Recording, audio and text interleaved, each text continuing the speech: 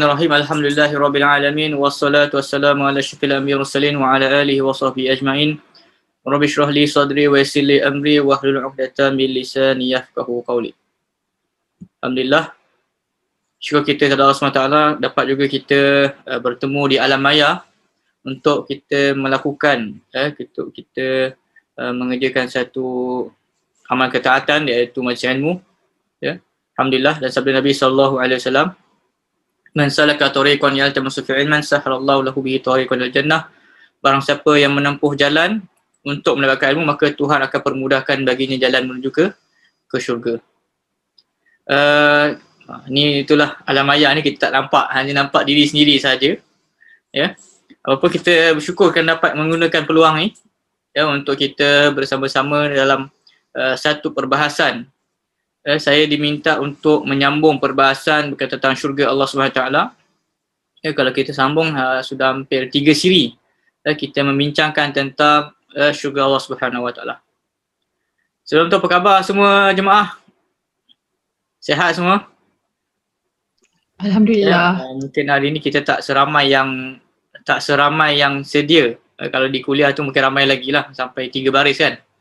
Tapi pun ini satu percubaan yang bagus untuk kita konsisten dalam melakukan amal ketaatan, ya, sebab kita tahu bahawa hidayah tu ada 3 jenis. Hidayah ada 3 jenis, ya. Yang pertama, hidayah penerangan, macam kita hari ni kita belajar, kita terangkan. Yang kedua, hidayah taufik, yang mana kita dengar dan kita amalkan. Hidayah yang ketiga adalah hidayah istiqamah, konsisten, yang mana kita dengar, kita belajar dan kita amalkan dan kita konsisten amalkan. Itu bentuk hidayah. Ada 3 bentuk hidayah, ya. Jadi kita hari ini belajar hidayah bayan, cara kita nak dapatkan taufik, hidayah untuk diri kita, dapatkan ilmu, dan kemudian kita berusaha untuk kita amalkan dan kita istiqamah dengan amalan kita. Dan itulah level istiqamah adalah level yang tinggi. Dalam Quran dan surah Hud dia kata fastaqim kama umir, ya. Istiqamahlah terhadap apa yang telah diperintahkan. Untuk para Nabi dan Rasul, mereka istiqamah melakukan amal ketaatan.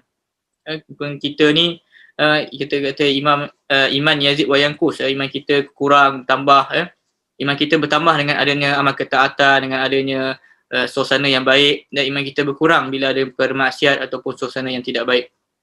Ya, sebab tu dalam kehidupan, kita katakan kita punya tenaga ni tidak boleh dibazirkan. Ya, kalau kita belajar tentang energi, tenaga kita ni cannot be destroyed, tidak boleh dihancurkan, tetapi boleh ditransfer sama ada ke perkara baik ataupun ke perkara jahat. Sebab tu orang Cina ada kepercayaan yin yang kan, anasir baik, anasir jahat. Sebab dalam hidup memang tenaga kita ni dia tidak ada boleh tengah, dia mesti pergi ke baik, ataupun pergi ke jahat. Sebab tu kita kena gunakan amal kita punya masa ni untuk ketaatan kepada Allah Subhanahu Wa Taala. Yang kedua, ini mukadimah lah. Yang kedua, sebelum, ya, kita dalam hidup ni selalu dengar kan, kalau kita ada anak-anak, kalau kita pergi makan kat kedai apa semua, nasi jatuh, kita kata makan ambil balik kan, jangan buang kan. Nanti membazir kan. Membazir ni kawan syaitan. Dalam setiap perkara kita tidak boleh membazir. Sesungguhnya membazir itu adalah amalan syaitan. Dalam makan, dalam kita bermuamalah semua, beli barang pun jangan beli berlebihan, ya. Tetapi dalam kehidupan kadang-kadang kita sebenarnya ada istilah membazir dalam hidup. Membazir dalam hidup maksudnya macam mana? Kita tidak menggunakan terhadap ataupun kepada perkara-perkara yang baik. Kita biasa ingat membazir makan je, tapi kita lupa ada istilah membazir hidup. Maksudnya kita tidak menggunakan kehidupan kita ke arah kebaikan. Ya, saya telah memilih sebuah kitab tentang kematian oleh Imam Al-Qurtubi.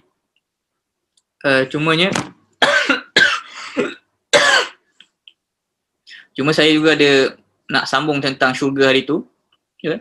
Sebab kita walaupun sudah hampir sejak bulan 9, 10, 11, 2 bulan atau 3 bulan kita tidak berjumpa, ya. Bahkan di Selangor tidak boleh pergi ke masjid, pergi ke surau melainkan ahli jawatan kuasa sahaja, ya. Tetapi kita melihat banyak perkara-perkara yang bersangkut paut dengan kematian, ya. Saya, tuan-tuan, perempuan yang dirahmati Allah SWT, hampir setiap minggu ada urusan kematian, ya. Kematian tidak mengenal masa, tidak mengenal usia, tidak mengenal jantina dan tidak mengenal tempat. Itu adalah realiti kematian yang kita tak tahu bilakah ajal kita. Pada minggu lepas, saya menguruskan kematian mak saya, mak tiri saya, dan kemudian pakcik saya. 17 baru meninggal, 18 orang meninggal. Setiap hari meninggal. Satu dekat Selangor, Negeri Sembilan, Ulang Alik lah. Minggu ni pun sama juga, 2 orang meninggal. Kenalan rapat saya, jiran saya di Madinah, Al-Munawwarah, muda lagi, bawah saya. Saya 30, dia 29. Saya ingat dia hantar makanan ke rumah saya, muda lagi. Ya, dan dia meninggal pun dalam keadaan terkejut. Memang maksudnya mengejutkan sebab meninggal aksiden, kena gilis dengan lori kan, masuk surat khabar dekat LDP. Ya, dia nak balik tu nak makan tengah hari kan, sebab kalau ikut Facebook dia pukul 12 tu dia masih post, buat ada status lagi. Ya, lepas tu dapat berita dia meninggal kan. Jadi kita macam semua terkejut. Ya. Saya kata tak apalah sebab tak apalah maksudnya sebab tu motor kan mungkin aksiden tu tidak ada harapan. Esoknya pula kawan saya kereta pula aksiden, meninggal terbelah dua, Honda Jazz. Itu lagi muda, 18 tahun lebih kurang. Ya, jadi sebab tu saya terdetik apa kata kita buka kitab tentang kematian. Ya, paling kurang menginsafkan kita. Ya. Sebab saya dah buat kajian, ya, bila cerita pasal syurga, pasal neraka, kita punya kekuatan untuk amal ibadah tu tak sekuat bagaimana orang ingat mati. Betul tak tuan-tuan semua, puan-puan semua? Mungkin saya cerita pasal syurga kan, ada tak buat 12 rakaat setiap hari? Sunat rawatib. Sebab Nabi jamin, barang siapa yang buat solat sunat 12 rakaat, dalam hadis lain 10 rakaat, maka Tuhan akan bina baginya sebuah mahligai, sebuah rumah di syurga Allah SWT. Kita dah berapa minggu dah? Daripada kuliah siri yang pertama, siri kedua, sekarang dah siri ketiga, tentang bab syurga. Berapa ramai yang dah buat amalan-amalan yang telah kita tunjukkan, kita ajarkan dalam kuliah kita. Jadi kadang-kadang benda tu orang kata ubat tu tak cukup tak cukup power. Saya dah kaji, memang rupanya kata para ulama, ya, ada empat ubat untuk kita mengubati hati kita yang keras. Ada 4 ubat. Ya. Ada 4 ubat. Jadi saya kongsikanlah dia punya ubat-ubat dia. Ya. Dan sebelum tu tentang hakik kematian, ya. Para ulama menyatakan bahawa kematian bukan hanya musnah atau lenyap seseorang dan tidak ada lagi setelah kejadian setelah itu. Ya. Kematian adalah terputus atau terpisahnya hubungan antara roh dan juga badan. Ya. Maksudnya kematian ni, ya, kita punya timeline ni bila dah habis tu, maksudnya terputus antara roh kita dengan badan kita. Ya, berpindah dari keadaan lain kepada keadaan yang lain. Lepas tu kita transfer alam. Kita tetap ada tetapi kita transfer alam ke alam barzah. Ya. Dan mati merupakan salah satu musibah yang paling besar. Ya, sebab tu kematian juga dikenal sebagai kita katakan akhirat kecil. Ya, saya nak pastikan kuliah kita ni dirakam. Okey, direkam. Ya. Mati dinamakan musibah berdasarkan firman Allah Subhanahu Wa Taala dalam surah Al-Maidah ayat 106.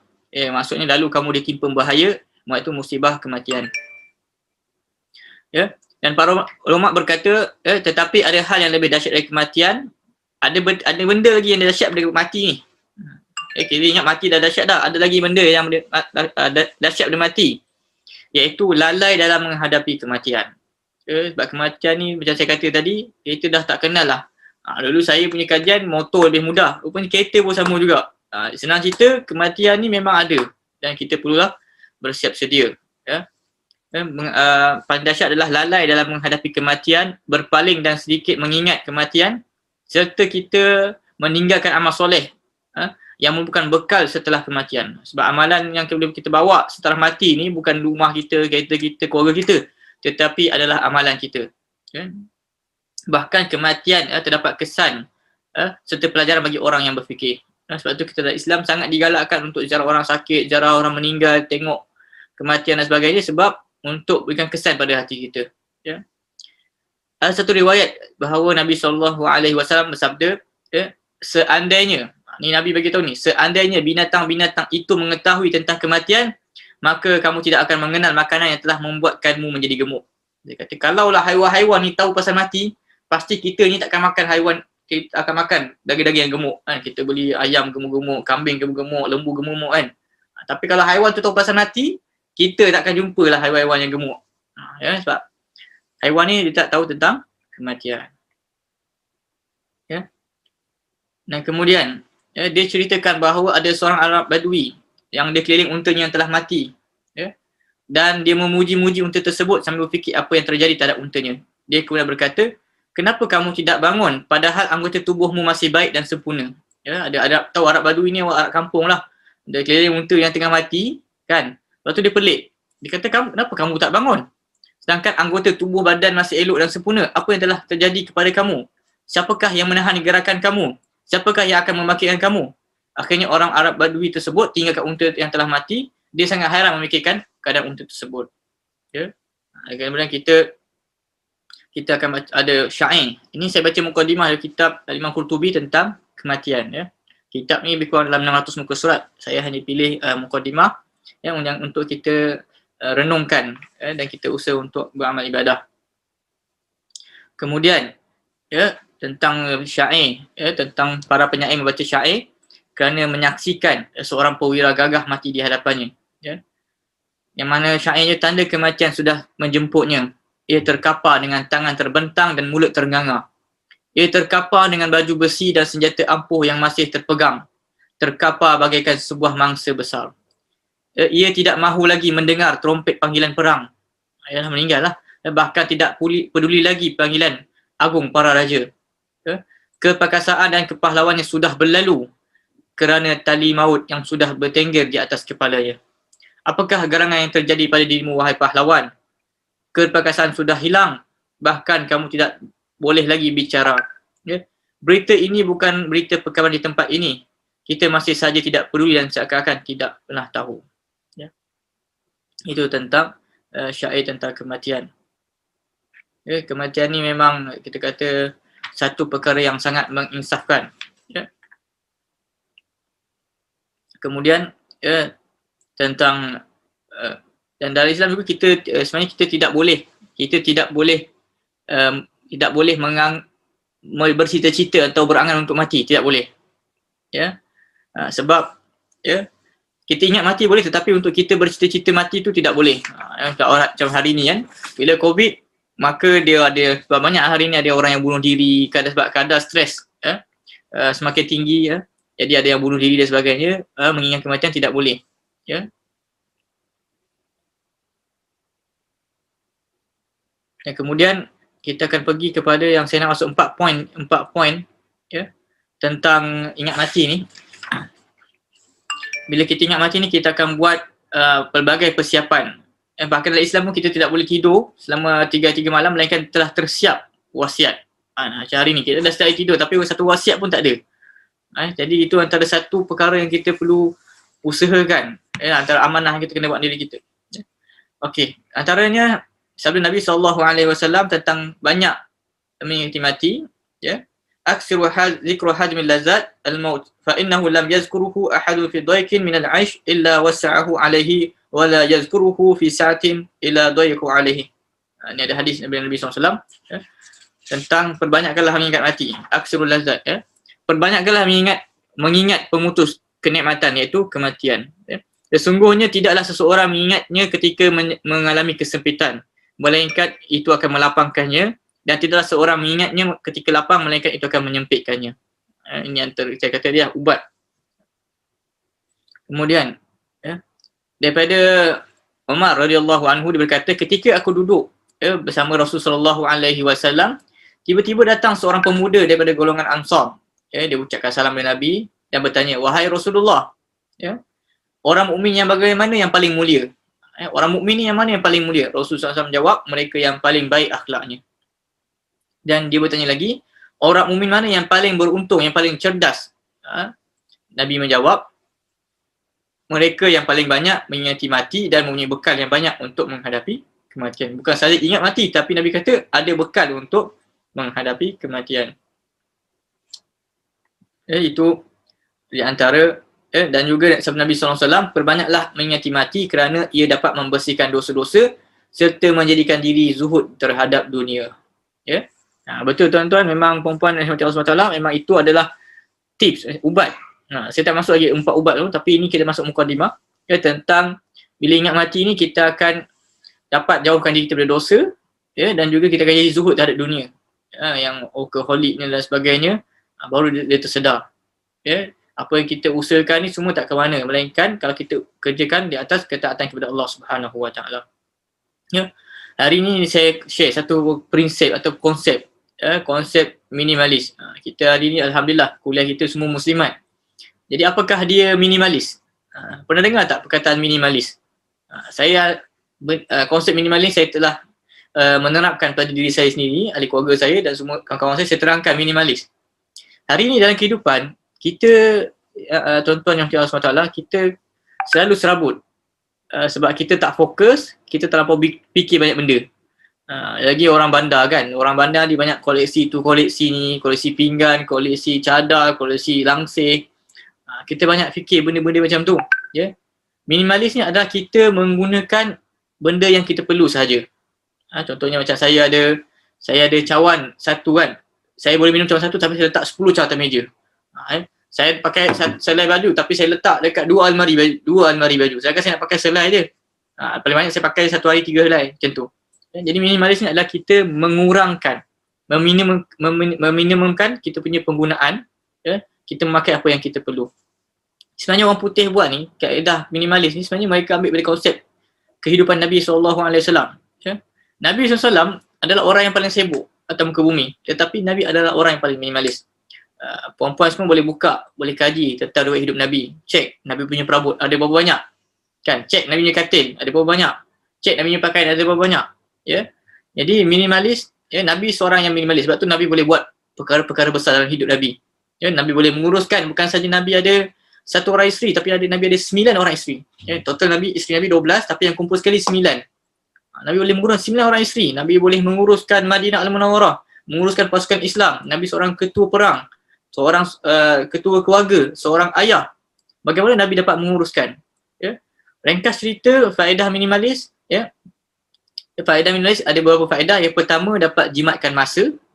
Sebab contohnya kalau tuan-tuan ada 4 cawan, kalau ada 10 cawan, jadi kalau tuan-tuan ada 1, 4 ataupun 4 cawan, tuan-tuan senang pilih. So ahli keluarga saya ada 4 orang, rumah saya, anak saya. So kita orang letak 4 cawan, so kita orang senang nak ambil. Kan? Jimat masa, kemudian jimat tenaga. Jimat tenaga, tuan-tuan ada 1-2 almari baju. Jadi nak cari tu pening kepala, betul tak? Kita ramai muslimat sini kan, nak cari tudung. Tudung ada 1 almari, nak cari tu, masa tu nak cari tu, pemilih tu dah ambil masa. Ya, sebab tu kaedah minimalis ni telah tersebar banyak di Eropah, di orang putih lah, mereka dah banyak pakai lah. Sebab mereka nak tingkatkan produktiviti mereka, nak tingkatkan amal mereka, kan orang nak amal juga, orang nak beramal. Jadi dia orang buat konsep minimalis. Dapat jimatkan masa, jimatkan tenaga. Ya. Yang ketiga, dapat jimatkan ruang. Sebab bila kita banyak barang, maka banyaklah kita benda nak letak tu. Kan, ambil ruang. Saya hari ni, saya ada beberapa almari, saya dah kurangkan lah sebab saya sangkut semua baju saya, jubah, baju Melayu sampai raya. Jadi saya fikir balik, aku bukan pakai pun sampai raya setiap hari. Hari raya je pakai, so simpan letak dalam kotak. Dan kita pilih mana yang kita pakai, kita letak, dapat jimat. Ya? Jimat ruang. Yang keempat, dapat jimat duit sebenarnya. Bila orang minimalis ni, dia akan lebih jimat duit. Dia akan gunakan benda-benda untuk kebajikan. Ada satu kes untuk faedah bersama. Ya, sebab nak ingat mati kadang kita tak sempat ingat sebab kita ingat barang kita kan. Ya. Ada satu kes di mana orang ni, mak dia duduk Perlis. Ni sebenarnya kisah ni kat Eropah, saya terjemah dalam bahasa kita lah. Ya. Jadi dia duduk Perlis, anak dia duduk KL. Ya. Satu hari, anak dia dapat panggilan, mak dia meninggal. Kat kampung lah, Perlis. So dari KL ni dia ke Perlis. Dan anak dia ni baru belajar konsep minimalis. Ya. Dia pergi ke Perlis, dia uruskan kematian mak dia semua, settle semua. Kemudian apa yang kena buat, dia kena uruskan barang-barang mak dia. Dia kata, rumah barang mak dia ni adalah barang-barang dalam 3 biji rumah. Tetapi boleh ada dalam 1 biji rumah. Biasa orang perempuan kan suka simpan barang kan. Barang tu macam barang 3 biji. 3 buah rumahnya barang. Tapi dalam sebuah rumah. So dia fikir, aku nak bawa balik Kuala Lumpur ke macam mana? Sebab banyak barang tu. Dia cek barang-barang mak dia, dia cek di kotak, ada banyak kotak. Dia buka kotak tu, ada tulis nombor 1, nombor 2, nombor 3, nombor 4. Dia buka satu, dia kata apa? Ini kotak nombor 1 ni rupanya waktu aku darjah 1. Dia buka, ada buku teks, ada kertas soalan, ada darjah 1. Dia buka kotak 2, ni aku darjah 2. Maksudnya mak dia simpan. Dan kemudian dia buka-buka baju mak dia semua, dia jumpa mak dia ada simpan dekat 15 helai baju sejuk.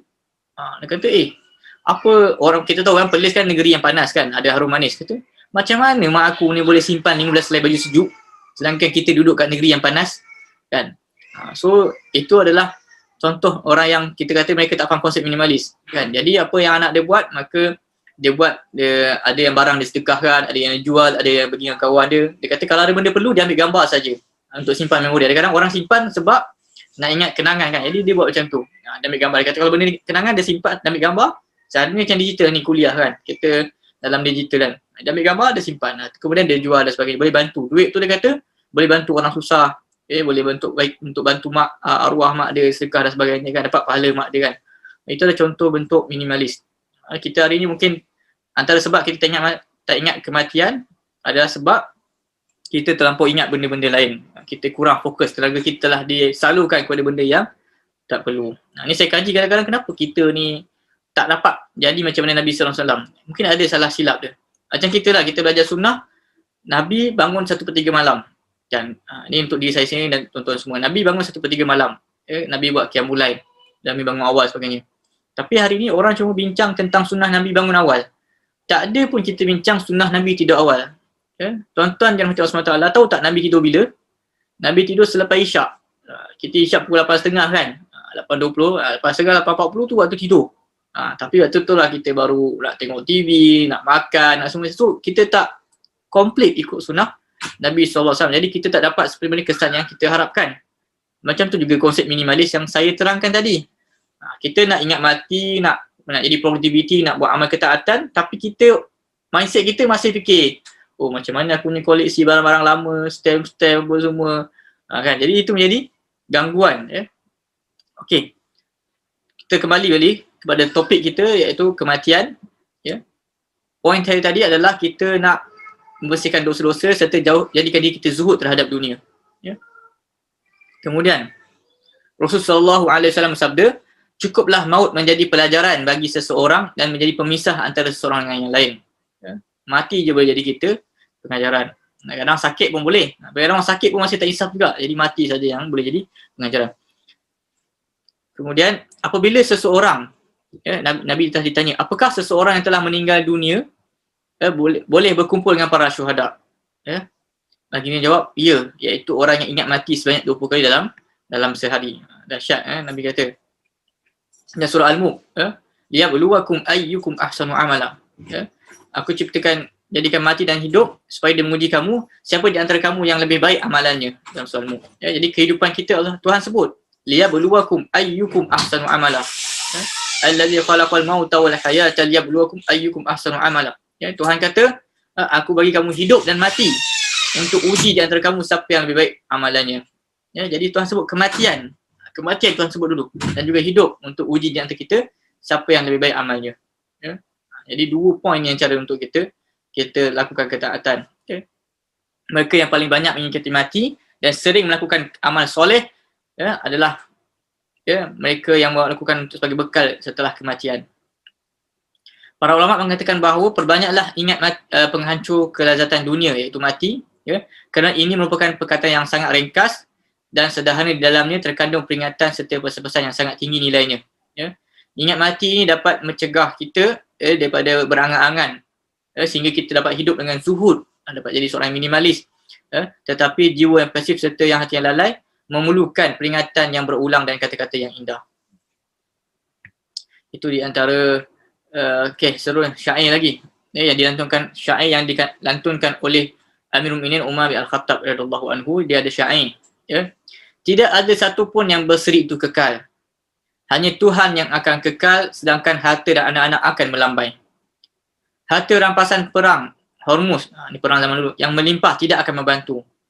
Keabadian berusaha wujud namun tidak pernah terhasil. Orang yang kita selalu dengar cerita orang nak buat hidup, nak buat ubat ni hidup selama-lama, tak pernah lagi.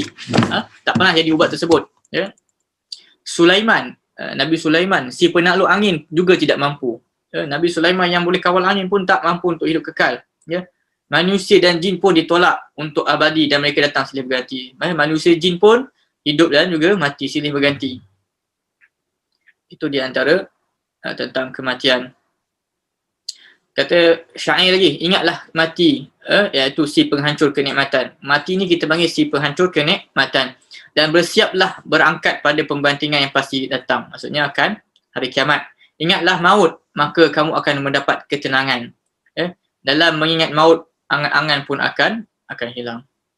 Saya banyak kawan-kawan yang terutama yang kenangan kita yang dah pencen, kata aku pencen nantilah baru aku nak pergi belajar, dah pencen nantilah baru nak hafal Quran. Nak pencen nantilah. Tapi kebanyakan kita tengok mereka tak sempat pun sampai angan-angan tersebut. Sebab tu kita kena usahakan masa apa yang kita ada sekarang. Jangan kita terlampau panjang angan kita. Nantilah tunggu aku genap 40 lah baru aku nak pergi masjid dan sebagainya. Tak boleh. Saya kata pada kuliah mula tadi, kematian ni tidak mengenal masa dan juga tempat, bahkan waktu. Kemudian, kata Yazid Ar-Raqashi berkata kepada diri sendiri, bertanya kepada diri sendiri, kasihan kamu. Jadi orang selalu akan cakap dengan diri sendiri sebagai motivasi untuk ingatkan kepada kematian. Kasihan kamu wahai Yazid. Dia kata untuk diri dia lah. Siapa yang akan solat untukmu setelah kamu meninggal nanti? Siapakah yang akan berpuasa untukmu setelah kamu meninggal? Siapakah yang akan meminta keredaan Tuhan untukmu setelah kamu meninggal? Dia lalu berkata, wahai manusia, mengapa kamu tidak menangisi dirimu yang masih hidup? Kenapa kita tak nangis untuk diri kita masih hidup ni? Siapa yang mahu minta kematian, di mana kuburan akan menjadi rumahnya, tanah menjadi selimutnya, ulat dan cacing menjadi temannya. Lalu Yazid menangis dan juga pengsan. Jadi ini satu bentuk muhasabah untuk diri sendiri. Kita tanya diri kita sendiri. Sebab tu bila kita lakukan amal ibadat, bukan untuk orang lain tapi untuk diri kita sendiri. Kata At-Taimi, ada dua perkara yang dapat memutuskan kelazatan dunia dariku. Mengingat mati kematian dan mengingat bahawa kita akan berada di hadapan Allah. Jadi Umar bin Abdul Aziz ni dia mengumpulkan para ulama untuk sama-sama mengingat mati, hari kiamat dan kehidupan akhirat. Sebab tu hari ini kita juga perlukan kelas-kelas macam yang kita buat ni untuk ingat mati, ingat hari kiamat dan ingat kehidupan akhirat. Ini adalah majlis taklim. Jadi 4 perkara. Yang pertama tentang ubat. Saya cerita pasal ubat yang kuat. Yang banyak syair ni saya tak nak ambil syair. Ada 4 perkara yang kuat untuk kita, untuk ubat, untuk kita menghilangkan kita katakan sakit hati kita ataupun batu kita ni, hati kita yang batu ni. Para ulama berkata, saya ambil kupasan kitab ni. Nanti kitab ni saya akan share dalam grup supaya tuan-tuan boleh ambil manfaat. Boleh ambil manfaat. Sebab kita hari ni macam saya baru ni buat kelas 1000 amalan sunnah. Tak sempat 3 jam. Diorang nak 3 jam nak bincang 1000 amalan sunnah kan. Kita tunggu orang datang pun dah dekat 20 ke setengah jam kan baru penuh kita punya kelas. Jadi saya bagikan kitab supaya kita boleh ambil manfaat. Okey, ada 4 perkara. Ada 4 perkara yang untuk kita ubat hati kita. Kata dalam kitab ni, apabila hati telah membatu, maka ada 4 cara yang boleh dilakukan untuk mengubatinya. Ada 4 cara kita nak ubat hati kita. Yang pertama, apa yang kita buat hari ni lah. Yang kita buat hari ni adalah kita datang ke majlis ilmu.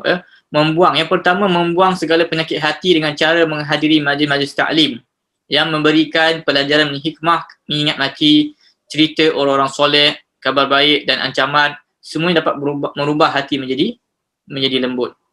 Jadi kita datang ke majlis ilmu yang ada ingatkan kita kepada kematian. Itu cara kita nak lembutkan hati kita. Itu yang pertama. Dan kita tahu cerita orang soleh, kita tahu kisah-kisah orang soleh, Masya Allah. Dan mungkin kita kurang bersemangat untuk solat. Kita tengok macam mana kisah sahabat mereka solat 1/3 malam. Contoh Imam Ahmad, saya selalu cerita dalam kelas kan, Imam Ahmad berapa solat sunat Imam Ahmad bin Hanbal. Imam Ahmad bin Hanbal dia solat malam qiyamul lail, kata anak dia 300 rakaat. 300 rakaat. Dan kemudian bila dia sakit, berapa rakaat dia solat? Kata anak dia, bila ayahku sakit maka ayahku solat separuh daripada 300. Berapa tuan-tuan? 150. So kita bila cerita-cerita macam ni akan mengangkat motivasi kita. Terutamanya COVID ni. COVID dengan masjid tutup, surau tutup, sekolah tutup, sedangkan ilmu tu penting. Jadi macam mana kita nak dapatkan? Kita kenalah menghadiri kelas-kelas secara online dan sebagainya. Untuk kita mengubat hati kita. Yang kedua, sebab hari ni kalau COVID, kalau kita tengok orang semua tumpu kepada TV, semua nak berhibur dan sebagainya. Sedangkan musim COVID lah kita nak menambahkan amal ketaatan kita. Mungkin sebelum ni kita tak sempat solat duha, sekarang dah solat duha. Mungkin tak boleh solat berjemaah dengan anak bini semua, boleh solat berjemaah, boleh azan. Kita mungkin sebelum ni nak azan kat surau, kat masjid, malu kan. Kat rumah, siapa nak malu kan? Siapa nak segan nak azan? Saya kat rumah saya, alhamdulillah, setiap hari 5 kali azan. Lambat pun tak apa azan juga. Yang pertama kita nak azan sebab apa? Kita nak ambil pahala azan tu. Jadi tuan-tuan perempuan semua yang ada suami yang semayang kat rumah, ada suami ada anak lelaki, suruh azan. Mungkin kita azan dekat masjid, azan kat surau tak sedap kan. Jadi azan kat rumah. Sebab apa nak dapat pahala? Latih.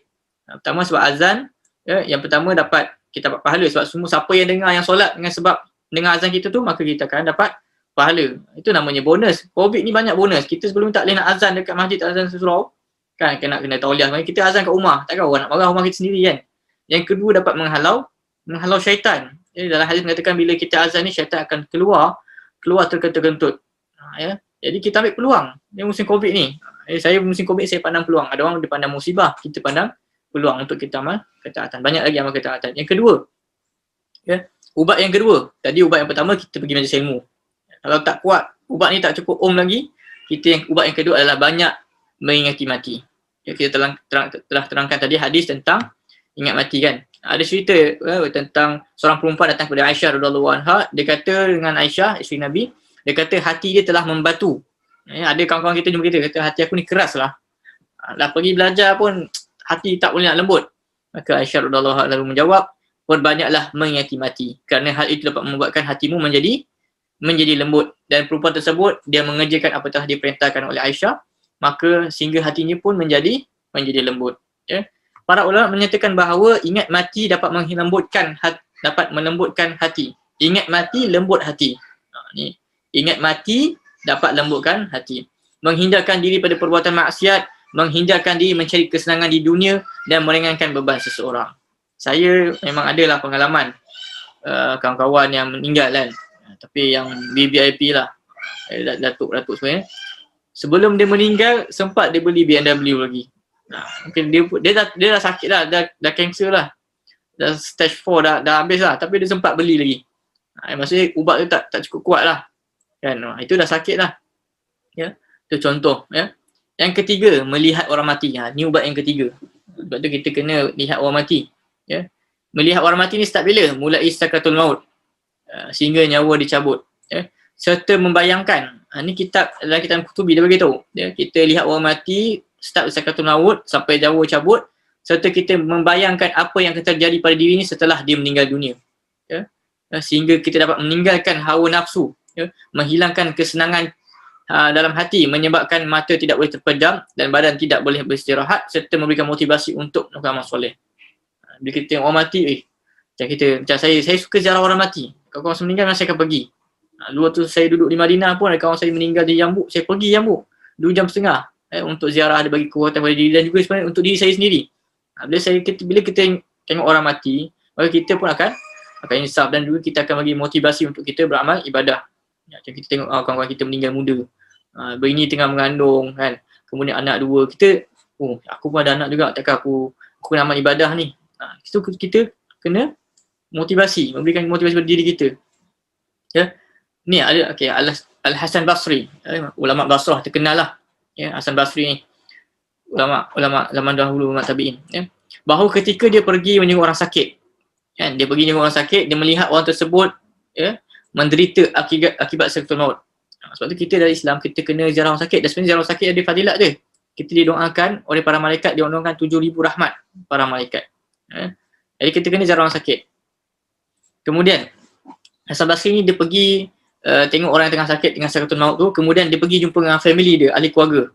Dan dia tengok ahli keluarga yang orang nak meninggal tadi tu, yang nazak tadi tu, tengah pucat. Orang dia tengah pucat. Lalu mereka berkata, keluarga dia, family kata dengan Hasan Basri, kata, pergilah makan hidangan tu. Biasa orang kita kalau ziarah orang kan, kita pergi rumah orang dia bagi kita makan. Kan? Jadi mereka kata, makanlah wahai Hasan Basri. Semoga Allah memberkatimu. Hasan Basri berkata, kalian lebih berhak untuk makan. Kalian lebih berhak atas hidangan ni sebab orang lagi pucat sebagainya makan. Ya. Dan kata Hasan Basri, demi Allah. Demi Allah. Aku baru saja melihat orang yang menanggung pedihnya sakaratul maut. Dan aku tidak akan berhenti melakukan amal untuknya sehingga aku berjumpa dengannya. Maksudnya aku tidak akan berhenti untuk beramal sampai aku jumpa dengan Allah SWT. Bila dia pergi, dia tengok orang meninggal tu, maka dia kata, aku lepas ni lagi tak boleh berhenti beramal, aku nak beramal sampai aku jumpa Allah SWT. Dia punya lagi bersemangat. Ya. Dan ketiga, kita sebut 3 ubat tadi kan. Dan ketiga hal yang disebutkan tadi sangat berguna bagi orang yang hatinya membatu dan banyak melakukan dosa, juga berguna untuk melindungi diri dari bujuk rayu serta fitnah yang ditimbulkan, serta dapat mengekang diri melakukan perbuatan dosa. Ini faedah ya daripada kita pergi ubat yang 3 ni. Okey. Apabila ketiga hal tersebut tidak memberikan perubahan pada diri seseorang, maka ada ubat yang keempat. Nah, ubat yang keempat ni ubat yang padu lagi lah. Ya. Iaitu ubat apa dia? Saya letak gambar poster kita kan. Ubat yang keempat adalah ubat iaitu melakukan ziarah kubur. Ya. Pergi majlis ilmu, hati keras juga. Ya. Apa lagi? Ingat mati pun hati keras juga. Pergi orang sakit pun hati keras juga. Yang keempat sekali, Nabi kata pergi ziarah kubur. Ya. Dan itu Nabi sebut dalam hadis. Hendaklah kamu melakukan ziarah kubur kerana hal itu dapat menjadikan diri ingat kepada kematian dan kehidupan akhirat, serta menjadikan diri untuk hidup zuhud. Ya. Bila kita ingat mati ni, ya, kita ziarah kubur ni, maka kita akan ingat mati. Ya. Ingat akhirat. Sebab kita akan buat persiapan dan akan jadikan diri untuk hidup zuhud. Sebab kita fikir, kita mati ni aku tak bawa semua ni. Aku tak bawa segala laptop, handphone semua tak bawa. Yang bawa adalah amalan. Kenapa ziarah kubur ni adalah ubat yang paling kuat? Ya. Jadi ulama terangkan. Yang pertama, mendengar dengan telinga. Sebab kita dengar, kita tengok sendiri. Ya. Yang kedua, memberitakan kepada hati tentang hari berbangkit dan memupuk dalam hati perasaan takut dan cemas ketika misalnya orang mati. Ya. Dan dengan menziarahi dan lihat kuburan orang Islam, pengaruhnya lebih besar daripada poin tadi. Sebenarnya kita tengok, kita belajar, yang pertama ni kita dengar majlis taklim. Kan? Kita dengar. Ya, kemudian kita pergi pada hati kita. Kemudian kita tengok, menyaksikan orang mati. Kan? Tetapi ziarah kubur ni pengaruh lebih besar daripada poin dengan melihat dengan mata dengan telinga. Ya. Rasulullah SAW bersabda, mendengar berita tidak sama dengan melihat langsung. Macam kita macam ilmu ni, macam hari ni kita teori je. Saya cerita pasal kematian apa sebagainya kan, tentang tengok orang mati, kita tahu. Tapi kita kena buat lah bahawa kita dapat dia punya kesan kepada hati kita. Nabi sini bagi tahu, mendengar berita tak sama dengan melihat secara langsung. Ya. Macam kelas ni kan, kalau kelas ni saya tutup video kan, tuan-tuan dengar saya cakap pun tak jadi juga. Jadi bila dengar dan juga lihat video kita lebih beri kesan pada hati. Itu psikologi dari sudut kita mengajar pun macam tu juga. Okey. Mengambil pelajaran langsung dari orang yang meninggal tidak dapat ditemukan setiap saat. Ya. Sehingga tidak boleh diterapkan kepada orang yang ingin menguti hati secara intensif. Sedangkan ziarah kubur ni boleh dilakukan setiap saat. Ya. Kita ni kalau nak pergi majlis taklim bukan boleh pergi selalu. Kan? Majlis taklim ni ada masa macam pagi ni. Kita start pukul 9.30 sampai pukul 11 contoh kan. Ada kelas-kelas dekat masjid macam sekarang PKP kan, COVID. Orang tak pergi masjid dah. Jadi macam mana nak dapatkan pelajaran? Ya. Kemudian ziarah orang sakit. Berapa banyak orang sakit kita boleh ziarah? Berapa lama kita boleh ziarah? Ada tak orang sakit? Mungkin kita semua kawan-kawan semua sihat walafiat, kita je yang sakit kan? Mungkin juga kan. Jadi benda ni tak kerap berlaku. Ya, kata Imam Qurtubi tidak boleh diterapkan kepada orang yang ingin ubat hati secara intensif. Sedangkan ziarah kubur ni kata Imam Qurtubi boleh dilakukan setiap saat. Dan manfaat dia punya faedah lebih besar dan lebih meresap ke dalam hati. Kubur boleh pergi macam kita dekat Kajang ada kubur Sungai Kelantan, ada kubur senang. Lalu tepi jalan, kalau kita balik lagi, macam saya balik kampung Negeri Sembilan tu memang tepi jalan, orang Negeri Sembilan ni kubur banyak dekat tepi jalan.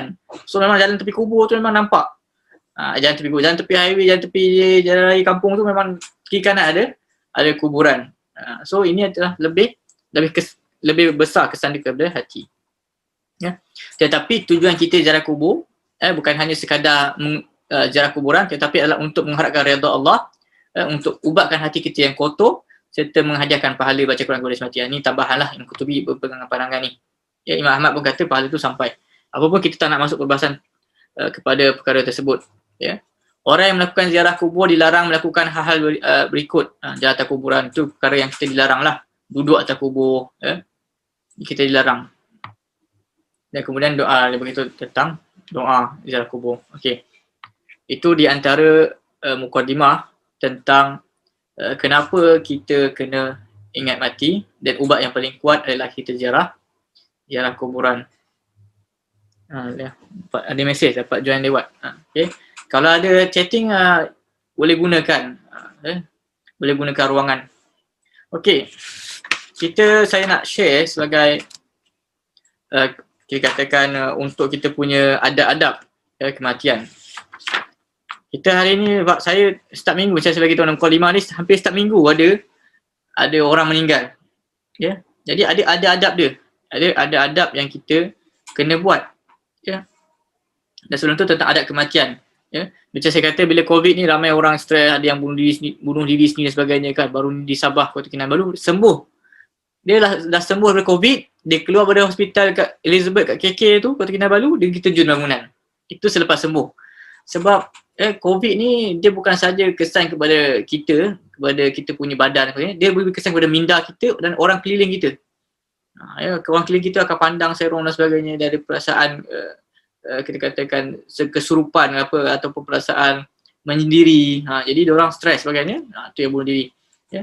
Dan kita dalam Islam memang tidak boleh bunuh diri sendiri. Sabda Nabi SAW, ya, membunuh diri dengan cara bagaimanapun, dengan alasan apapun, hukumnya adalah haram. Dan perbuatan tersebut termasuk dosa besar. Nabi sebut dalam hadis tentang seseorang lelaki yang bunuh diri kerana luka. Dalam perang ada sahabat-sahabat Nabi, dalam perang Uhud contohnya, ada perang, ada kisah yang mana dia cedera parah, pedang dia tusuk diri dia kerana tak tahan kita kata perang luka lah, akibat luka dia tusuk. Ini perang Uhud. Ya. Ini Nabi kata orang ni masuk neraka sebab bunuh diri. Ya. Jadi sabda Nabi SAW, ya, yang mana badarani abdi binafsihi haramtu alaihi jannah. Hamba-ku telah mendahuluiku dengan membunuh dirinya sendiri, maka aku haramkan baginya syurga. Ini kata sabda Nabi yang Nabi begitu tentang apa yang diceritakan oleh Allah SWT lah. Ya, tentang seseorang lelaki yang bunuh diri kerana luka yang dideritanya. Dalam hadis yang lain, ya, siapa yang mencekik dirinya sendiri, maka ia mencekiknya di dalam api neraka. Maksudnya dia bunuh diri dengan cekik diri sendiri kat dunia, maka dekat neraka dia akan cekik diri sendiri. Ya. Dan siapa menusuk dirinya sendiri, maka ia akan menusuk dirinya sendiri dalam api neraka dan yang lainnya. Ya. Okey, yang ketiga adabnya, ya, kita kalau jarak orang sakit tidak ada masalah kita menitiskan air mata. Ya. Bahkan itu lebih bagus. Jangan sebab dia kata kalau kita pergi majlis orang meninggal, kita gelak ketawa, itu tercela dan tak masuk akal, kata para ulama. Petang kita kena sama sedih. Ya. Tidak mengapa menitiskan air mata, ya, asalkan tidak ada jeritan dan ucapan yang diharamkan. Ya. Saya Masya Allah baru ni saya kata kawan saya meninggal baru ni, ya. Yang mana kita orang pergi, kita orang jumpa dia punya wife dia, Masya Allah tenang je. Kita orang yang pula menangis. Wife dia tenang, Masya Allah kan. Nampak begitu tabahnya, ya. Dan kemudian, ya, tidak mengapa menitiskan air mata tanpa asalkan tidak menjerit dan juga tidak mengucapkan ucapan yang haram. Kadang-kadang dia salahkan Tuhan, dia kata itulah naik motor lagi. Ya. Jadi benda itu adalah ucapan-ucapan yang diharamkan, menyesali takdir. Ya. Kemudian, ya, Nabi juga menangis ketika menjenguk Sa'ad bin Ubadah, ya, dan melihat betapa peritnya sakit yang dialami oleh Sa'ad bin Ubadah. Ya. Dan kemudian, dan bila Nabi menangis, ya, maka keluarga dia pun menangis. Kan? Jadi melihat perkara yang sayu. Ya. Jadi kata Nabi SAW, Inna Allah la yu'azibu bidam'in ain. Ya. Sesungguhnya Allah Ta'ala tidak akan mengazab tidak akan mengazab seseorang disebabkan air titisan mata. Ya. Ya. Wala bihusni qalbi, dan juga kesedihan hati. Walakin, tetapi Allah akan mengazab, walakin yu'azibu bihadza yang wa asyara ila lisani au yarhamu. Jadi Nabi tunjuk kepada lisan, iaitu tentang Allah akan mengazab disebabkan lisan kita. Allah tak akan azab disebabkan kita menangis ataupun hati kita sedih.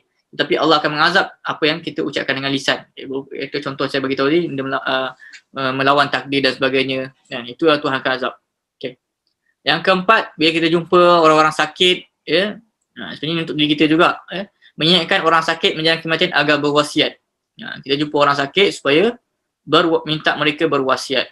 Itu kata yang kita baca hadis pada mula tadi dalam mukadimah, ma haqqu imri'in muslimin lahu syai'un yuridu ayyusi fiha yabitu lailataini illa wa wasiyatuhu maktubatun indahu. Ya, tidaklah benar seorang muslim yang ingin mewasiatkan sesuatu ia bermalam 2 malam kecuali wasiat itu sudah tertulis di sisinya. Maksudnya kita tak boleh tidur. Dalam masa 2 malam kita tidur tu tanpa ada wasiat di sisi kita. Itu yang kita kena buat hari ni. Kita dah dengar banyak kali kuliah tentang wasiat-wasiat tapi kita buat tak. Sebab kita rasa kita masih hidup lebih lama.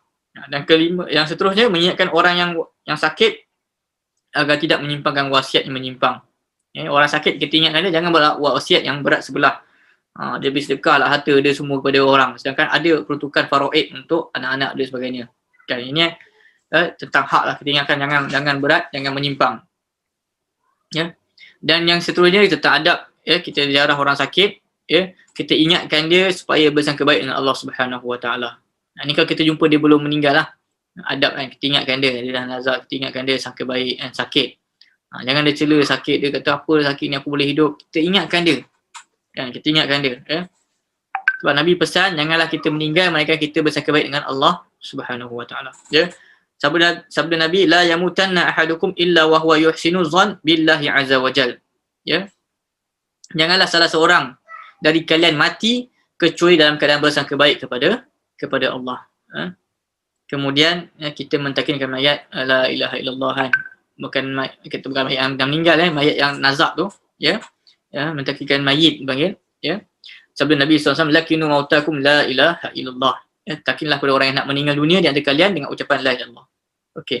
Itu adab sebelum kematian. Pada adab ketika kematian, yang pertama adalah kita bersabar. Yang mana apabila seseorang menyaksikan keluarnya roh dari jasad atau mendengar khabar kematian seseorang, maka wajib atasnya bersabar dan mengharapkan pahala serta beristirja innalillahi wa inna ilaihi raji'un. Itu pertama. Bila kita dengar musibah lah kita bersabar. Innamas sabru 'inda sadmatil ula. Sesungguhnya kesabaran itu adalah pada awal terjadi musibah, pada mula jenazah tu.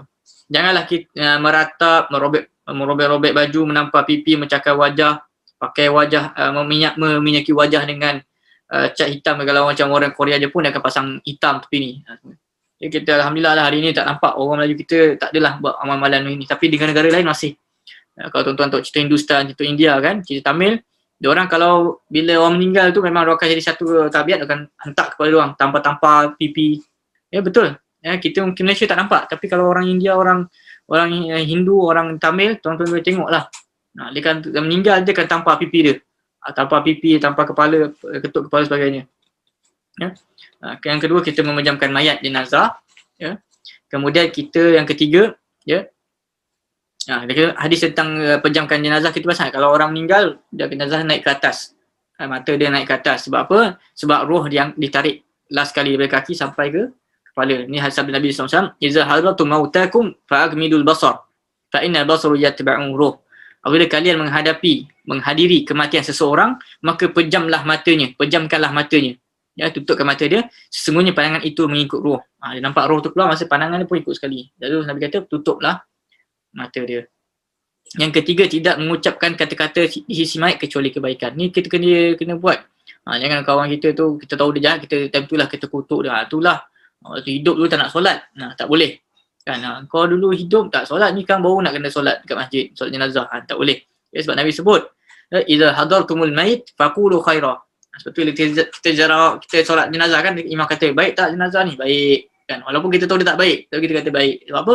Kita nak ikut perintah ni. Nabi kata jangan iza hadratumul mait faqulu khaira. Jika kamu menghadiri orang yang mati meninggal, janganlah mengucapkan melainkan faqulu khaira, mereka ucap yang baik, ucap kebaikan. Fa innal malaikata yu'minu ala ma taqul. Semua malaikat akan mengaminkan apa yang diucapkan. Para malaikat akan mengaminkan apa yang kalian ucapkan. So kita ucapkan perkara-perkara yang kebaikan. Yang keempat, boleh menangis tanpa disertai dengan ratapan. Telah kita bacakan hadis tadilah. Yang kelima, yang seterusnya adalah menampakkan kesedihan ketika tertimpa musibah.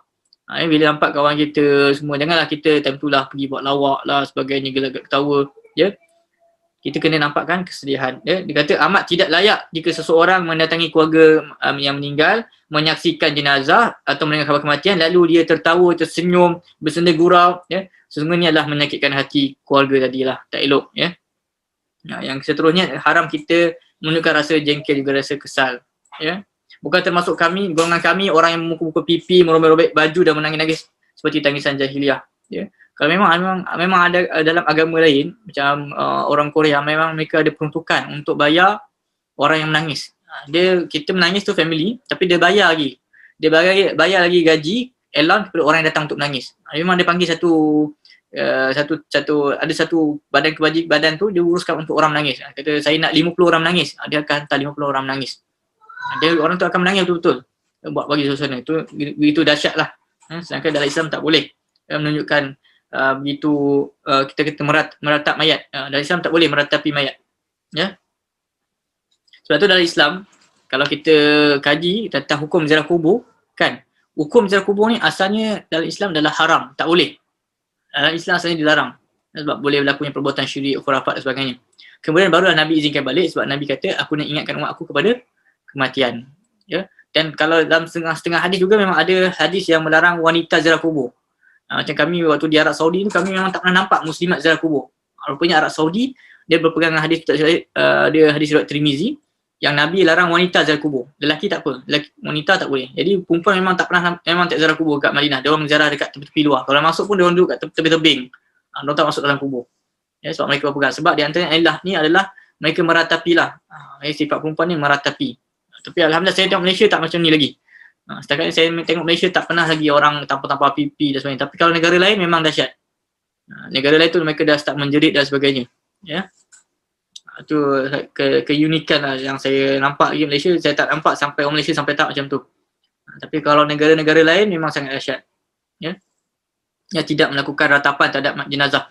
Bila kita meratap ni, kan kita kata bila kita terlampau menangis, meratap, yang kita punya jenazah tu pun juga akan sakit. Dia akan terkesan. Ya, ada hadis, ya. Man niha alaihi yu'azibu bima niha alaihi. Barang siapa yang diratapi, nescaya ia akan diazab dengan ratapan yang ditujukan kepadanya. Maksudnya jenazah tadi pun akan terkesan dengan ratapan kita, akan sedih dan sebagainya. Ya. Kemudian tidak melakukan i'lan, ya, bila orang meninggal kita tampal poster meninggal tak boleh. Setakat menyebarkan sekadar untuk mendoakan. Tapi kita buat iklan nak beritahu orang tu mati, macam orang-orang kafir yang mana dia bawa letak depan kereta nak bagi tahu. Itu tidak bolehlah sepatutnya. Ya. Membuka penutup wajah jenazah mayit dan juga menciumnya. Boleh tak kita bila orang meninggal kita buka tu dan kita cium? Ya. Jawapan adalah dibolehkan. Ya. Barang siapa yang menginginkan dan ia boleh membuka kain penutup wajah mayit, ya, jenazah, melihat dan menciumnya. Ya, sebab ada asar daripada Nabi, daripada sahabat Nabi, Abu Bakar radhiyallahu anhu membuka kain penutup wajah Rasulullah SAW. Ya, Abu Bakar bila Nabi wafat, ya, Abu Bakar buka penutup wajah Nabi SAW dan Abu Bakar cium Nabi SAW. Ya, dan berkata, ayah dan ibuku jadi tebusannya. Engkau sungguh baik ketika hidup dan selepas mati. Itu kata Abu Bakar kepada jenazah kepada Nabi SAW. Itu ada perbuatan sahabat, ya, Abu Bakar sendiri buka penutup muka dan cium Nabi SAW. Ya. Kemudian, ya, mengharapkan pahala ke atas kematian yang anak yang masih kecil. Ya. Dan jika ada anak yang masih kecil meninggal, maka ya, Nabi suruh kita, ya, mengharapkan pahala. Sabda Nabi SAW, ma minan nas min muslim yutawaffa lahu salasun lam yablughu hinsa illa adkhalahu Allahul jannah bi fadli rahmatihi iyyahum. Tidaklah seorang muslim ditinggal mati 3 orang anaknya yang belum balik, melainkan Allah akan memasukkannya ke dalam syurga dengan keutamaan rahmat kepada mereka kasih sayang. Ya, maksudnya anak tu belum balik lagi lah. Ya. Kemudian, ya, Nabi bersabda, siapa sahaja wanita yang meninggal atau ditinggal mati 3 orang anaknya, dan nescaya mereka akan menjadi penghalang baginya daripada api neraka. Disebab apa? Disebabkan kesabaran, ya, menghadapi ujian tersebut. Maka ada seorang wanita bertanya, ya Rasulullah, kalau 2 orang bagaimana? Nabi kata 2 juga termasuk. Kalau 2 anak meninggal pun termasuk dalam dihalang daripada api neraka. Ya. Hal itu disebabkan eratnya hubungan antara kedua orang tua dengan anak-anak mereka dan beratnya musibah yang menimpa mereka kerana kematian anak-anaknya. Ini sebab ilah dia adalah sebab beratnya musibah yang dihadapi. Jadi alhamdulillah 10.50 start 9.30 ni. Tapi start lewat kan. Jadi macam mana, ada soalan tak? Sebab inilah cabaran kita belajar dalam media sosial ni. Kita tak tahu orang tu dengar ke, fokus kan. Tapi paling penting puan-puan yang Allah SWT dapat faedah-faedah yang telah kita kongsikan. Saya banyak lagi, tadi saya cerita tentang adab sebelum mati, sedang mati, ada adab mandikan jenazah sebagainya, tapi dah macam lebih kepada bab jenazah kan. Tapi apapun, poin saya adalah kita semua adalah berusaha untuk mengubat hati kita untuk terus melakukan amal ketaatan. Kita zikir pagi petang, jangan lupa, jangan tinggalkan amalan pagi, amalan petang. Sebab apa? Saya bagi contoh, kita dalam zikir pagi, zikir petang kan, sebab Tuhan kita suruh fil ashi wal abkar, berzikir kepada Allah Taala, ingat kepada Allah setiap masa, dan ada zikir khusus pagi dan zikir khusus petang. Antaranya kita baca bismillahirrahmanirrahim, la yadurru ma'asmi syai'un fil ardi wala fis sama' wa huwas samiul alim. Bismillahirrahmanirrahim, tidak ada dengan nama Allah, tidak ada yang boleh mudaratkan segala apa yang ada dalam bumi, tentang zikir untuk minta perlindungan. So ada sahabat Nabi, dia kata satu hari tu dia kena patuk ular. So Nabi kata, wahai sahabatku, kalaulah kau baca zikir ni, nescaya patukan tersebut tidak akan memberikan mudarat. Maksudnya dia kena patut, tapi patukan tidak memberikan mudarat. Hari ni mungkin kita keluar rumah, kita terlupa baca zikir-zikir tersebut. Kita saya terus terang, musim kita kata COVID-19 ni adalah bukan alasan untuk kita meninggalkan amal ketaatan, tetapi adalah sebab untuk kita menambahkan amal kebajikan, amal soleh. Tuan-tuan mungkin ada yang bekerja tak perlu nak pergi kerja macam seperti dulu kan, jalan pun tak lengang. So banyak amal ketaatan yang kita boleh usahakan. Sebab saya kata dalam kuliah mula-mula tadi tentang tenaga kita ni antara dua je, buat benda baik atau buat benda jahat. So kita kena sibukkan diri kita dengan perkara kebaikan. Kalau kita tak dapat datang majlis ilmu, kita pergilah tengok orang sakit. Tak dapat orang sakit, tengok orang mati. Tengok orang mati, pergilah ziarah kubur. Itu dia last sekali. Jadi ada apa-apa soalan? Itulah cabaran kita kuliah ni. Tidak ada kita panggil one way. Kalau zaman lepas tu sekolah ni tercabar lah, cikgu-cikgu ajar, tak tahu anak murid ni datang ke tak datang. Lagi-lagi kalau kita tak ada video sebagainya, tapi itu tak ada masalah. Yang penting saya nak faedah yang kita sampaikan pada hari ini bermanfaat. Contohnya konsep minimalis kan, ada siapa yang sempat dengar konsep minimalis? Meminimumkan kita punya, dalam bahasa lain zuhud lah, Islam panggil zuhud kan, tapi orang putih panggil minimalis. Assalamualaikum Ustaz.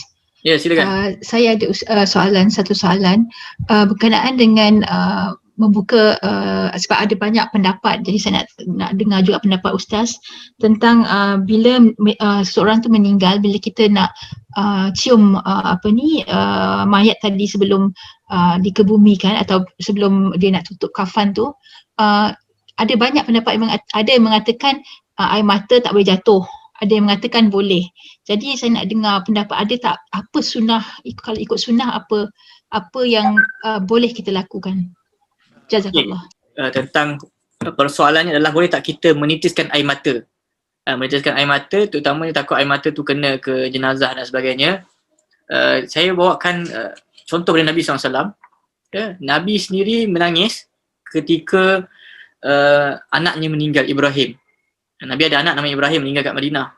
Nabi ada anak Qasim, Abdullah dan Ibrahim. Jadi Ibrahim meninggal di Madinah. Semua meninggal waktu kecil. Jadi waktu Nabi Ibrahim meninggal, Ibrahim meninggal, Nabi, maka Nabi menangis dan menitiskan air mata. So itu Nabi. Kemudian dalam kisah tadi yang Nabi pergi ziarah, kisah Sa'ad yang tengah nazak, Nabi masuk ke rumah Sa'ad, kemudian sambil ibadah, kemudian Nabi menangis. Kemudian orang ahli keluarga bila nampak Nabi menangis, mereka pun menangis. Tapi Nabi kata macam saya hadis tadi, ini hadis ni kita pegang. Innal ain tadma', sesungguhnya mata air berlinang, wa qalbu yahzun, hati sedih, wala naqul illa ma yarda rabbuna, dan kami tidak mengucapkan kecuali apa yang diridai oleh Tuhan kami, sesungguhnya kami bersedih atas kepergian wahai Ibrahim. Ni kisah Nabi ketika mana anak Nabi meninggal lah. Wa inna bi firaqika ya Ibrahim la mahzunun, sesungguhnya kami bersedih di atas kepergian wahai Ibrahim. Boleh menangis tapi tidak ada ratapan. Tentang Sa'ad bin Ubadah, Nabi menangis. Menitik mata berlinang, bukan menitik, berlinang. Kalau berlinang dia lebih banyak pada menitik lah. Berlinang, tahu berlinang air mata kan, lagi banyak keluar kan. Kemudian tapi mengucapkan sesuai dengan apa yang sesuai lah. Tak boleh mencaci takdir dan sebagainya. Sebab tu dia kata kami tidaklah mengucapkan sesuatu kecuali yang diredai oleh Rabb kami, ya. Wa naqulu illa ma yarda rabbuna. Kami tak ucapkan apa yang diredai Tuhan kami. Kami redha pembagian, ya. Dan kami sedih, kata Nabi, kami sedih di atas kepergian wahai Ibrahim. Jadi tidak ada masalah. Cuma macam kita kata tadi, jenazah juga boleh merasai, ya, apa yang kita ratap, ya. Yang mana ada hadis maniha alaihi yu'azibu maniha alaihi. Maksudnya kita meratapi mayat termasuk perbuatan dosa dan termasuk adat jahiliah yang banyak dilakukan oleh manusia, kerana kebodohan mereka. Bahkan ratapan ini dapat menyebabkan diazabnya orang yang telah meninggal tersebut. Ya, ratapan tu yang melampau-lampau tu boleh menyebabkan orang tersebut diazab, ya. Tapi wallahu alam tentang menitis. Sebab tu tentang kitab kematian yang saya cerita, yang saya nak bagi di PDF tu 600 muka surat tu lebih detail. Tetapi kita kena saya bagi satu prinsip tentang kitab-kitab lama ni. Sebab tu kitab-kitab ni dia perlu ditahqiq, perlu diteliti semula, sebab ulama-ulama zaman dahulu mereka hanya memfokuskan terhadap pengumpulan riwayat. Sebab ulama dulu konsep dia kebanyakan dia pakai hafalan. Dia akan tulis apa yang ada dalam dia punya hafalan dia. Jadi macam kitab Al-Qutubi, bila saya baca ada pandangan-pandangan yang lemah, ada yang bahkan yang palsu. Sebab tu kita pernah dengar tak ustaz-ustaz cerita pasal Abu Talib Islam, mak ayah Nabi Islam, pernah dengar tak ustaz-ustaz bawakan kisah-kisah ni? Dan mungkin dulu pernah ada orang bergaduh sampai isu kan, kita kata tentang mak ayah Nabi di neraka tapi ada kata Islam. Sebab mereka ambil kitab yang sama, kitab Ibn Qutubi, tapi mereka tak tahqiq, mereka tak teliti semula riwayat tersebut. Nabi SAW ada riwayat mengatakan Nabi hidupkan mak ayah dia. Nabi hidupkan mak ayah dia dan minta mak ayah masuk Islam. Dan Nabi hidupkan Abu Talib dan minta masuk Islam. Itu ada dalam kitab yang saya akan bagi Qutubi ni. Tapi riwayat tu riwayat palsu. So kita ada prinsip, ya, dalam kita membaca kitab-kitab lama ni, kita perlukan tahqiq. Sebab tu kita perlukan nota-nota kaki ni. Tapi ada orang yang dia berbicara dengan hawa nafsu dia, nak menyenangkan pandangan dia, maka dia akan pilih dalam kitab-kitab tersebut. Sekarang kita tahu itu adalah pandangan yang riwayat yang palsu. Sebab ulama dia ada menghimpunkan kisah-kisah. Jadi menjawab persoalan tadi, ya, bahkan Nabi SAW berlinangan air mata. Bukan menitis, berlinangan. Ya. Jadi menjadi tidak ada masalah. Ustaz kongsi tentang alam barzah, siksa kubur akan datang. InsyaAllah. Ya, kita syurga dah masuk, neraka dah masuk itu. Neraka rasa dah masuk kan? Ya. Jadi hari ni kita masuk tentang kematian. Ya, sebab apa kita nak amal ibadah? Saya sebenarnya kalau boleh nak masuk tentang kita beramal, tentang apa amalan kita boleh buat. Macam saya ada kitab tentang panduan amal sehari semalam. Tentang panduan ni saya mengajar dalam online juga lah. Tentang amalan 24 jam, amalan Nabi. Bahasa Melayu. Kitab 24 jam ni kita nak amal ikut amalan Nabi. Sebab saya contoh saya pengalaman dalam bidang umrah haji. Kita kan jaga jemaah umrah haji kan, pergi masjid setiap harian. Tanya dengan jemaah, tahu tak doa masuk masjid? Jadi diorang tak tahu doa masuk masjid. Kita macam mana ni pergi masjid setiap hari? Sayanglah. Berapa kita macam saya kata, kita tak nak membazir. Mula-mula saya sebut tadi pasal nasi kan. Kita makan pun nasi jangan membazir. Ni hidup. Jadi kalau hidup kita tak ikut sunnah Nabi, membazir lah. Kan? Kita memang makan tangan kanan sebagainya contoh kan. Kita amalkan mana pun kita boleh buat. Contohnya ambil wuduk. Kita start ambil wuduk kan. Ambil wuduk. Bersugi, masukkan air dalam hidung. Itu semua sunnah. Jadi kita nak ikut sunnah sebab kita nak dapatkan pahala. Kita nak dapatkan pahala, kita tak nak hidup kita membazir buat benda-benda yang kurang, kita kata benda-benda yang kurang manfaat lah. Ya, saya suka cerita macam beramal ibadah. Ada ni belakang ni. Macam saya tentang bab wuduk kan. Sebab kita kalau orang Islam ni, kalau kita amalkan agama kita, sebab tu saya ada satu hadis dia kata Tuhan tidak akan mengangkat kehinaan sesuatu kaum, Tuhan tidak akan mengangkat kehinaan umat Islam sehingga umat Islam tu kembali kepada agama mereka sendiri. Maksudnya kita kembali kepada agama kita. Hari ni kebanyakan kita dalam bentuk ritual, kita dalam bentuk kulit. Kita beramal agama ibadah ni sebab turun-temurun, kita tak faham, kita tak menjiwai. Contohnya bila dengar azan, hayya ala solah, hayya al-falah, marilah menuju kepada solat, marilah menuju kepada kejayaan. Tapi kita tak faham kan, kita tak dapat aura tu, kita mungkin tak faham apa yang muazzin kata, kita rasa biasa. Macam ni Quran hari ni. Kelas-kelas Quran kebanyakan menumpukan pada tajwid. Kita tak kata tajwid masalah, tapi kena upgrade. Kena tahu maksud-maksud dalam Quran. Sebab tu hari ni saya tengoklah, saya kajian umum saya nampak orang Cina India ni diorang berjaya. Diorang pergi semayang, diorang faham apa diorang baca.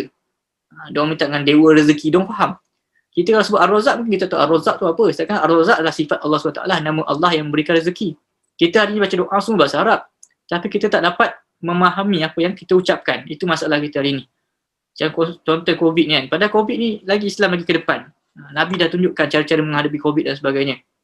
Ini saya tunjukkan. Ni sebagai contoh lah tentang amal ibadah. Ini adalah mood.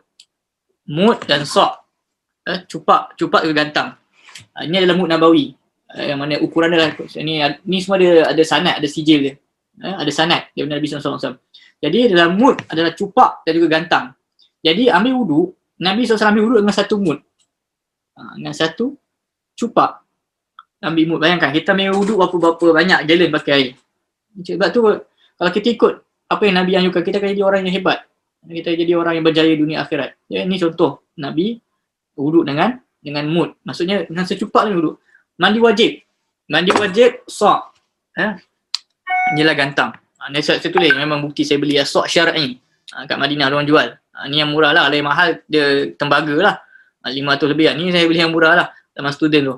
Ni adalah segantang. Nabi SAW berwuduk dengan segantang ni. Mandi wajib. Ini nampak tak? Jadi Masya Allah. Sebab tu kalau kita makan Islam, kita akan jadikan lebih hebat. Dan Imam Ahmad, dia ceritakan tentang Imam Ahmad ambil wuduk. Dia kata Imam Ahmad ambil wuduk, dia punya lantai bawah tu tak basah. Imam Ahmad bila berwuduk, sahabat-sahabat yang riwayatkan cerita tu, dia kata Imam Ahmad berwuduk, lantai bawah tu tak basah. Macam kita kalau ambil wuduk, bawah tu memang banjir lah, masuk air sebagainya kan. Kita nampak melihat bagaimana orang-orang beramal ibadah. Sebab tu macam solat pun ada 4 level kan. Solat ada 4 tingkatan. Pertama yang kita solat khusyuk tak khusyuk. Kemudian yang kedua cuba khusyuk. Yang ketiga memang dah hilang fokus. Khusyuk lah maksudnya kita ingat Allah. Yang keempat adalah paling tinggi. Jadi ni semua level-level ni kita kena usahakan lah. Ya. Jadi saya terlebih pula cerita pasal amalan-amalan. Tapi saya nak bagi tahu bahawa bila kita dah ingat mati, ingat ni, kita kenalah beramal ibadah. Ya. InsyaAllah tentang alam barzah juga termasuk. Alam barzah juga termasuk dalam kitab Imam Qurtubi tentang kematian. Tentang alam barzah. Ya. Jadi ada apa lagi soalan ataupun perkongsian macam mana kelas online ni?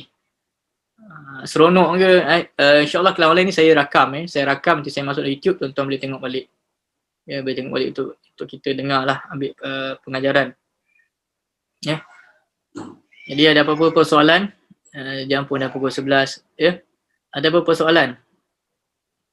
Mudah-mudahan apa yang kita kongsikan ini bermanfaat untuk hati kita, untuk hati saya, untuk kita semua. Terus beramal ibadah. Kita tak tahu kita punya ajal macam mana, kematian kita macam mana, tapi kita boleh tahu kita boleh tahu kita masih ada masa untuk beramal ibadah, berusaha melakukan amal ketaatan kepada Allah Subhanahu Wa Taala. Dan musim COVID ni teruskan menggandakan amalan dengan juga mengajak ahli keluarga kita melakukan bersama-sama amal ketaatan. Mungkin sebelum ni kita tak sempat nak mengaji, nak bertadarus. Biasa orang mengaji dalam Ramadan je. Sekarang dah boleh ajak sekali. Ada anak lelaki, ada suami, suruh azan kat rumah. Suruh azan. Okay, sedap tak sedap tu belakang cerita. Tapi ni peluang untuk kita dapatkan pahala. Kan? Ambil peluang untuk kita dekatkan dengan kepada Allah Subhanahu Wa Taala. Ada apa lagi yang kita nak sentuh? Tentang amal ibadah, itulah saya beritahu tentang adab-adab doa masuk rumah. Kita setiap hari keluar rumah, masuk tandas. Kan dah hari duduk rumah kan. Baca doa masuk tandas, keluar tandas. Allahumma ya'udzuka minal khubuthi wal khaba'is. Aku berlindung dari syaitan lelaki, syaitan perempuan. Itu doa masuk tandas. Doa keluar tandas, nak aku mohon keampunanmu. Kita amalkan setiap kali kita dalam rumah ni, kita amalkan dengan makan dengan kanan. Cedok nasi pun ada juga. Nabi ajar cara cedok nasi, cedok makanan. Cedok makanan.